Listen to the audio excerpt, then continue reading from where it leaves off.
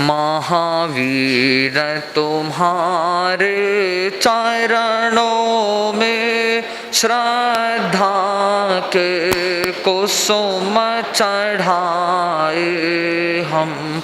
ऊंचे आदर्शों को अपना जीवन की ज्योति जगाए। महावीर तुम्हारे चरणों में श्रद्धा के कुसुम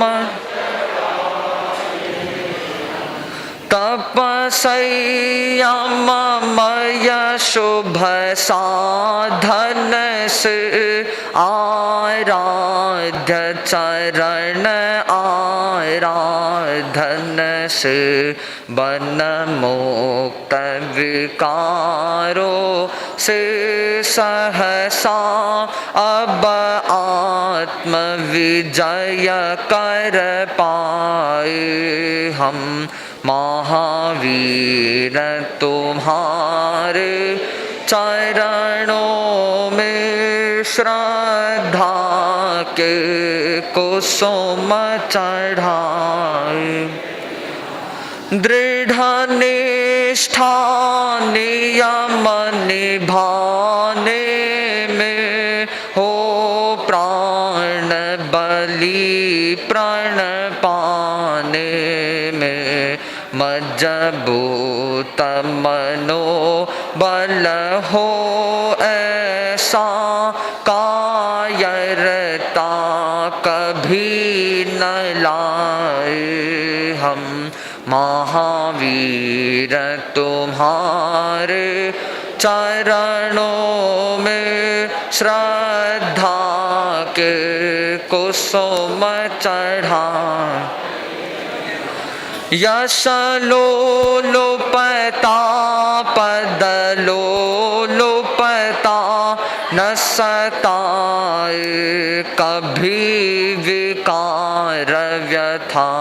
निष्काम स्वपर कल्याण काम निज पल पल सफल बनाए हम। महावीर तुम्हारे चरणों में श्रद्धा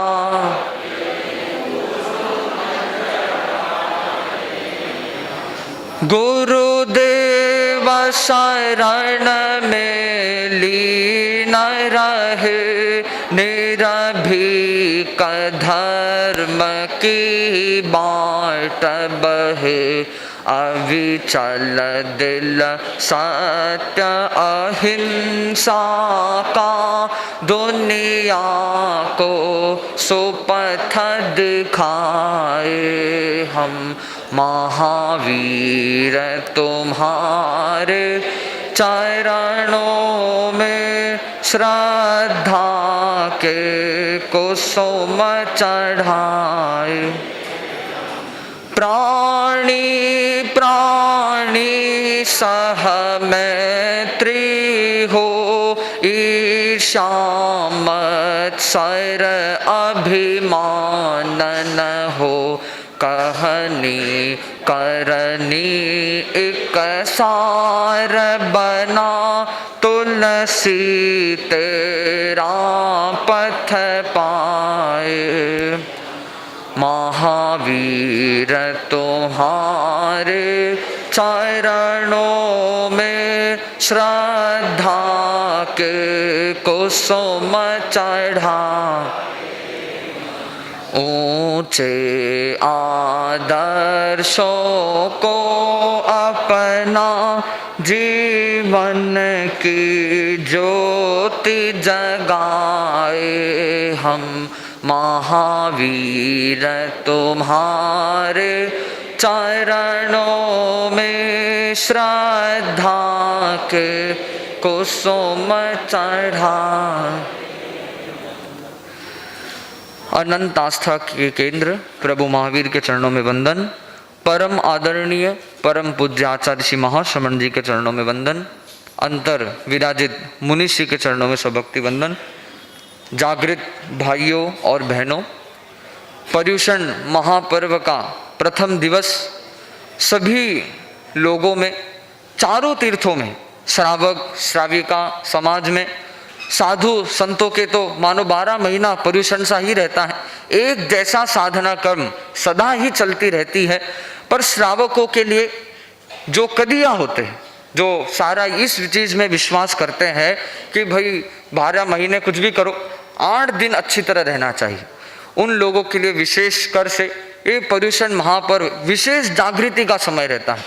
काफ़ी नए नए चेहरे देखने को मिलते हैं, नए नए लोग आते हैं और लोगों का इस 8 दिवसीय कार्यक्रम में एकमात्र लक्ष्य होता है कि हम ज़्यादा से ज़्यादा हमारी आत्मशुद्धि के लिए प्रयास करें। हमारा जो परम लक्ष्य है मोक्ष की प्राप्ति का, उस पे हम हमारे कदम आगे बढ़ाएं। इसी लक्ष्य के साथ सभी मुमुक्षु भाइयों और बहन, मुमुक्षु वो नहीं होता जो दीक्षा लेना चाहता है, मुमुक्षु उसे कहते हैं जो मोक्ष की इच्छा रखता है। तो जितने भी मोक्ष की इच्छा रखने वाले भाइयों और बहन इस उपक्रम में साधना की कड़ी में अपने आप को जोड़ने का प्रयास करते रहते हैं। जितने भी यहाँ पर कार्यकर्ता सभी ध्यान देंगे कि जो भी लोग आ रहे हैं उनमें आवाज न हो, सभी शांति से अपना काम करने का प्रयास करें। तो ये 8 दिवसीय कार्यक्रम में हर व्यक्ति अपने लक्ष्य पर आगे बढ़ता है। सब रोज प्रतिक्रमण करने का प्रयास करते हैं। प्रतिक्रमण में पीछे जाते हैं कि मैंने इन सालों में, इस साल में, इस दिन या कोई भी ऐसे विशेष उपक्रम में मेरे द्वारा की गई गलती का हम प्रायश्चित करने का प्रयास करते रहते हैं कि हमारे से जो गलती हुई है, हमारे से जो भूल हुई है, सभी लोग जब तक केवल ज्ञान नहीं हो जाता छद्मस्त कहलाते हैं। छद्मस्त व्यक्ति होता है, उसके जीवन में उतार चढ़ाव आते रहते हैं। चाहे वो साधु समाज हो या श्रावक समाज, गलती हर छद्मस्त से हो सकती है। वो अपने गलती का कभी गलती कर भी देता है, पर बड़ी बात वो होती है जब आदमी गलती भले हो जाए, गलती जानबूझकर नहीं होती, पर गलती करने के बाद भी जो सही रास्ते पर नहीं लौटता, वो सबसे बड़ी गलती हो जाती। गलती हो जाए कोई बात नहीं, कपड़े पर दाग लग जाता है तो हम क्या करते हैं, कपड़े को धोते हैं, उस दाग को मिटाने का प्रयास करते हैं। दाग हल्का होता है तो आसानी से मिट जाता है, दाग चिकना होता है तो उसमें ज्यादा मेहनत भी लग जाती है। पर हम कोशिश करते हैं कि उस सफेद चादर पर लगे हुए दाग, लगे हुए रंग, हम उसे धोने का प्रयास करते हैं, उसे साफ करने का, उस मलिन को वापस निर्मल बनाने का हम प्रयास करते हैं। तो बलिहारी उस व्यक्ति की जाति है जो गलती करके भी वापस सही रास्ते पर आने का प्रयास करता है। जैन पारिभाषिक शब्द है, 4 शब्द जैन आगमों में मिलते हैं, वो है अतिक्रम, व्यतिक्रम, अतिचार और अनाचार। ये 4 शब्द है, ये एक तरह से एक क्रम है। सबसे पहले आता है अतिक्रम। अतिक्रम उसे कहा जाता है कि जब ऐसी चीज, ऐसी प्रमाद की क्रिया हम करने के लिए उत्सुक हो जाते हैं, हम मन में ये निर्णय ले लेते हैं या उस चीज को करने के लिए मन में संकल्प ले लेते हैं और वो गलती करने का हमारे मन में संकल्प और धारणा बन जाती है। हम उस गलती करने का जब सोच लेते हैं, प्रमाद का जब विचार कर लेते हैं, तो उसे अतिक्रम कहा जाता है। दूसरा आता है व्यतिक्रम। व्यतिक्रम में हम उस गलती को करने के लिए अपना कदम बढ़ा देते हैं, आगे बढ़ जाते हैं। तीसरा आता है अतिचार। अतिचार में हमारे से वो गलती हो जाती है, यहां तक तो बात ठीक है, गलती हो भी जाए, पर जब चौथा पारिभाषिक शब्द जिसका नाम है अनाचार, वो गलती करने के बाद भी जब हम उस गलती का आनंद लेने लग जाते हैं, उस गलती में आनंद लेते हैं, मन में प्रायश्चित की भावना नहीं लाते, और अनाचार एक ऐसी अवस्था होती है अब जहां से वापस लौटना फिर मुमकिन नहीं होता है या उसकी संभावना बहुत कम हो जाती है। तो हम प्रतिक्रमण करते हैं तो उसमें हमारे से हुए हुए अतिचारों का प्रायश्चित करते हैं, ताकि तो अतिचार तक ही वो सीमित रहे। हमारे मन में प्रायश्चित की भावना से हम उस गलती को साफ करने का प्रयास करते हैं और कोई व्यक्ति यदि केवल ये खाली वाचिक रूप से प्रतिक्रमण करता है कि हाँ मेरे से गलियो तस्मिच्छामि दुक्कडम, केवल तस्मिच्छामि दुक्कडम बोलने से व्यक्ति के पाप नहीं धुलते। अंदर वो पश्चाताप की भावना हमारे में हो और ये संकल्प की भावना हो कि भाई मेरे से वो गलती भले हो गई हो, पर मैं आगे ये प्रयास करूंगा कि मैं वापस वो गलती को कभी न दोहराऊं। प्रतिक्रमण की ये विशेषता होती है कि जो गलती हो गई उसे सुधारना है और आगे वो गलती न हो इस चीज में भी सावधानी का प्रयास करते रहना है। ये हमारा संकल्प साधना का और प्रतिक्रमण का होता है। ऐसे अनेक सारे ऐसे उदाहरण है इतिहास में, चाहे प्राचीन इतिहास में या अर्वाचीन इतिहास में या वर्तमान में, कि छद्म से गलतियां होती रही है, पर गलती होने के बाद भी ऐसे ऐसे साधु हुए जिन्होंने अपने संयम जीवन में युद्ध तक लड़ लिया, पर युद्ध लड़ने के बाद भी उनके मन में वो पश्चाताप की भावना हुई। उन्होंने उस दोष के शोधन करने का प्रयास किया और अपने आत्मा को शुद्ध करके उसी जन्म में मोक्ष की प्राप्ति भी कर ली। ऐसे एक नहीं अनेक उदाहरण है जब गलती हो जाती। वर्तमान में भी आदमी भावावेश में सब भूल जाता है कि वो कौन है। साधु के लिए कहा गया कि साधु निरंतर क्या सोचे कि समणो हम समणो, मैं क्या हूं, मैं श्रमण हूं, मैं श्रमण, निरंतर उसके दिमाग में बात चलती रहे। श्रावक के निरंतर ये दिमाग में चलता रहे मैं श्रावक हूं, मैं भगवान महावीर का अनुयायी हूं, और ये दिमाग में जब लगातार चलता रहता है तो हम गलती होने पर भी उसमें जल्दी से उसका सुधार कर लेते हैं। पर जब ऐसा नहीं होता, हमारे दिमाग में हमारे धर्म के प्रति, हमारे संकल्प के प्रति जब जागरूकता में कमी आ जाती है, तो तब हम अतिचार के भी को अतिक्रमण करके हम अनाचार के जब क्षेत्र में चले जाते हैं, फिर वहां से उसका सुधार होना बहुत ज्यादा कठिन हो जाता है। तो ऐसे ही इतिहास का एक छोटा प्रयास करूंगा।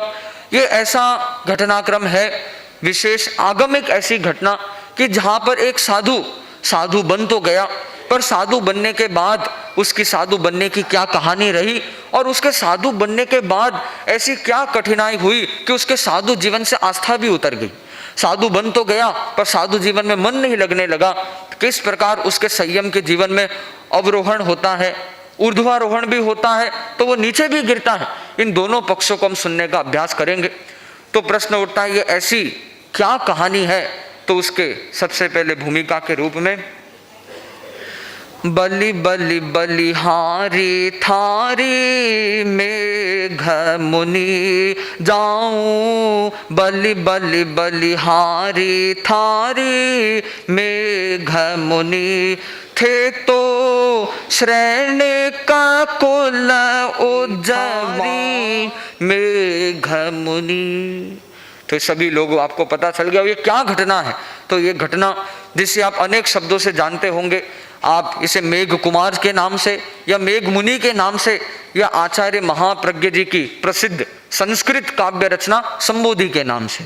तो संबोधि जो आचार्य ने पिछले मर्यादा महोत्सव पे फरमाया था कि जब आचार्य महाप्रज्ञ जी का जन्म शताब्दी का अवसर आएगा तो जिस ग्रंथ का वाचन का आचार्य ने नाम लिया था वो था संबोधि। तो इस संबोधि में वही घटना है मेघ कुमार की, कि मेघ कुमार जो राजा श्रेणिक का लड़का था, राजा श्रेणिक का लड़का किस प्रकार उसकी जीवन की घटना रहती है, तो उसकी बलिहारी क्यों गाई जाती है। मेघ कुमार से ऐसी घटना हुई, उसके जीवन में ऐसे प्रसंग आए जो बहुतों के साथ होते हैं। उससे गलती हुई, उसका मन आस्था से उतना भी, पर बड़ी बात उसकी यशोगाथा किस लिए गाई जाती है। उसकी यशोगाथा इसलिए गाई जाती है क्योंकि उसने गलती करके भी उसका संयम जीवन जब पटरी से उतर गया तो भी उसने उसे उतर के छोड़ा नहीं, वापस उसका प्रायश्चित किया, प्रतिक्रमण किया और वापस अपने जीवन में वो सुस्थिर बन गया। गिर कर उठ जानो हासी खेल नहीं, एकर गिर कर उठ जानो हासी खेल नहीं, थे तो आंतर अभिमान मान गालो है संत, उठ तो तारुण तूफान तत्क्षण टालो है संत, बलि बलि बलिहारी थारी मेघ मुनि। तो ये सारा प्रसंग राजगृह नगरी का है, जहाँ पर महारानी मगधेश की प्रवर धारणी नाम, सुकुमा लांगी स्वामिनी नृपति हृदय विश्राम। गय वर दीठो स्वप्न में सुन श्रेणिक सानंद, अहलाणास्यो आकियो होस्ये निरुपम नंद। ये प्रसंग राजगृह की नगरी रानी धारिणी, जो नाम था रानी का, उसके पुत्र में अब मेघ कुमार का जीव प्रवेश करता है।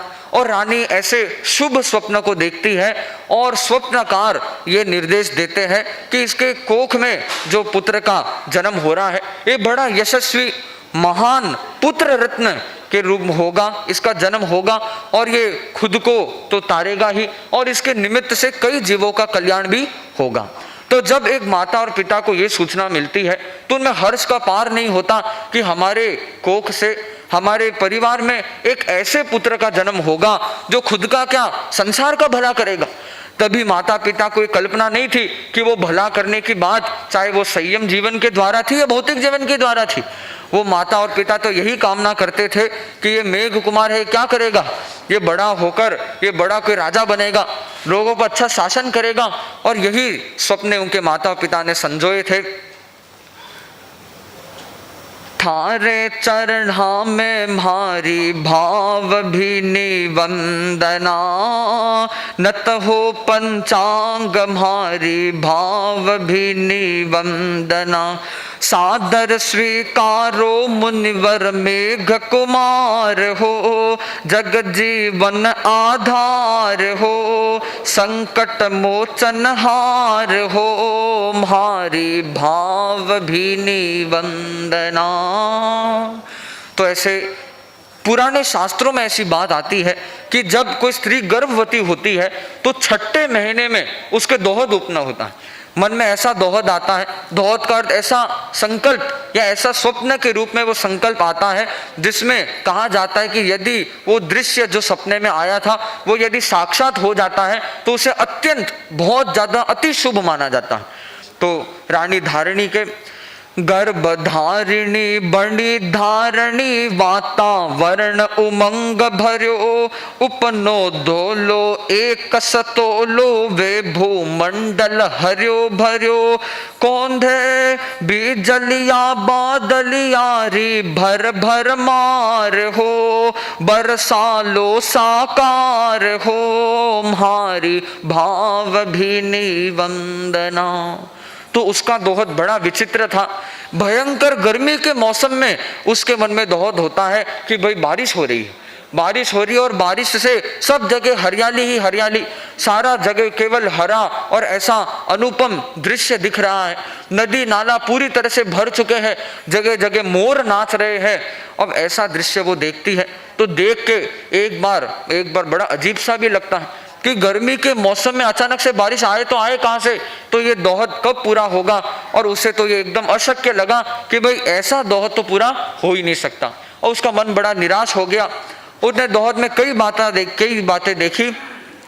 नदिया नीरन मावे खाला बाला री के बात करे, झिरमिर करती सावन भादुड़ारी रात झरे। ठंडी ठंठरती चाले बरसाती बयार हो, मौसम री मनुहार हो, म्हारी भाव भी निवंदना। बसी बात दिन रात एक दिल कद आवे बरसात है, बिना बगत बरसानी रानी किनरे हाथ है। डूबी दुविधा में चिंतारी तलवार दुधार हो, होगी डार हो, म्हारी भाव भी निवंदना। तो ऐसी शुभ सूचना मिलने पर भी कि उसके महान पुत्र रत्न उत्पन्न होने वाला है, पर तो भी मन में ये अंदर ही मानो एक विष सा घुलता गया कि ऐसा मुश्किल दोहद कैसे पूरा होगा। मन में अनेक कल्पनाएं उठने लग गई। वो दिन रात आसमान को देखते रहती कि भाई बारिश अब आए, पर क्या किसी के सोचने से बारिश आती है? किसी के सोचने से बारिश आती नहीं, वो एक काली कल्पना में रहकर, चिंता में रहकर उसे यही बात सता रही थी कि अगर मेरा दोहद उत्पन्न नहीं हुआ तो ये तो भाई बहुत अशुभ बात होती है, मेरा ये स्वप्न साकार नहीं हुआ तो जरूर न जरूर कोई समस्या सामने आ जाएगी। तो मन में चिंता का शरीर पर भी प्रभाव पड़ता है। तो धीरे धीरे अब धारिणी का शरीर सूखता गया और वो एकदम पतली बन गई। जब राजा को इस बात का पता चला कि भाई ऐसे दुबली पतली, भाई ये तो बच्चे के लिए बड़ी खतरनाक बात है, उसने कहा भाई ऐसा क्या कारण जो पतला शरीर हो रही है। तब रानी ने सारी बात बताई कि मैंने ऐसा अपना दोहद देखा पर वो पूरा होता तो कहीं मुझे नजर नहीं आ रहा, तो अब क्या होगा।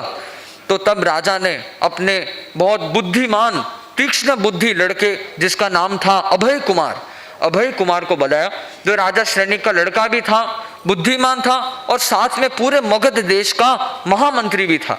उसे बुलाया, उसे ये बात कही तो उसने बोला इतनी सी बात है, बोली इतनी सी बात है तो मैं अपने माँ के लिए इतनी बात जरूर कर दूंगा। तो अभय कुमार के एक पूर्व जन्म का देव मित्र था, जो उसके पूर्व जन्म से उसका दोस्त बन गया। तो उसने 3 दिन तेला पचक कर वो ध्यान में बैठ गया। उसने अपने मित्र को ध्याने की कोशिश की और 3 दिन जैसे ही पूरे हुए और मित्र उसके सामने उपस्थित हो गया।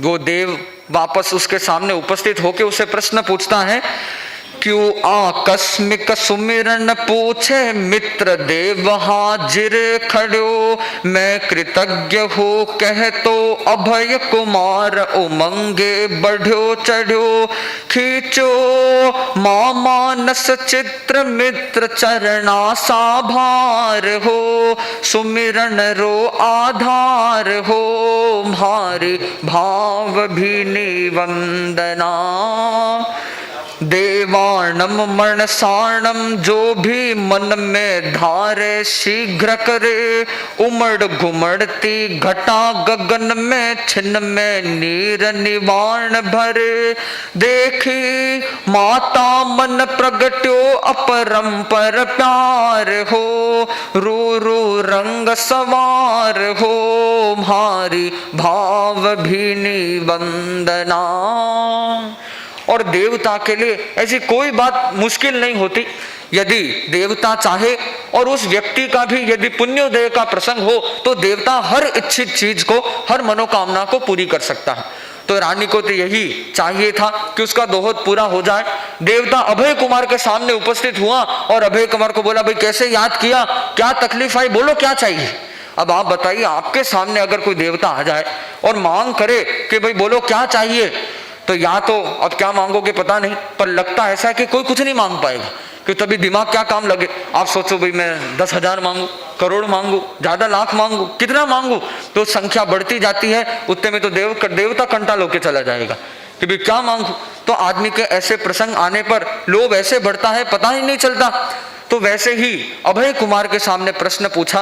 अभय कुमार निर्लोभी व्यक्ति था, उसे अपना स्वार्थ की चिंता नहीं थी, वो ऐसा मांगना नहीं जानता था, वो तो केवल अपने माता की इच्छा पूर्ति के लिए उसने वो देवता को याद किया। लोगों के सामने जब ऐसे स्वार्थ पूर्ति का प्रसंग आता है तो लोग अपने सारे सीमाएं हद पार जाते। जो व्यक्ति संतुष्ट होता है वो भी एकदम असंतोषी बन जाता है और सुखी से दुखी बन जाता है।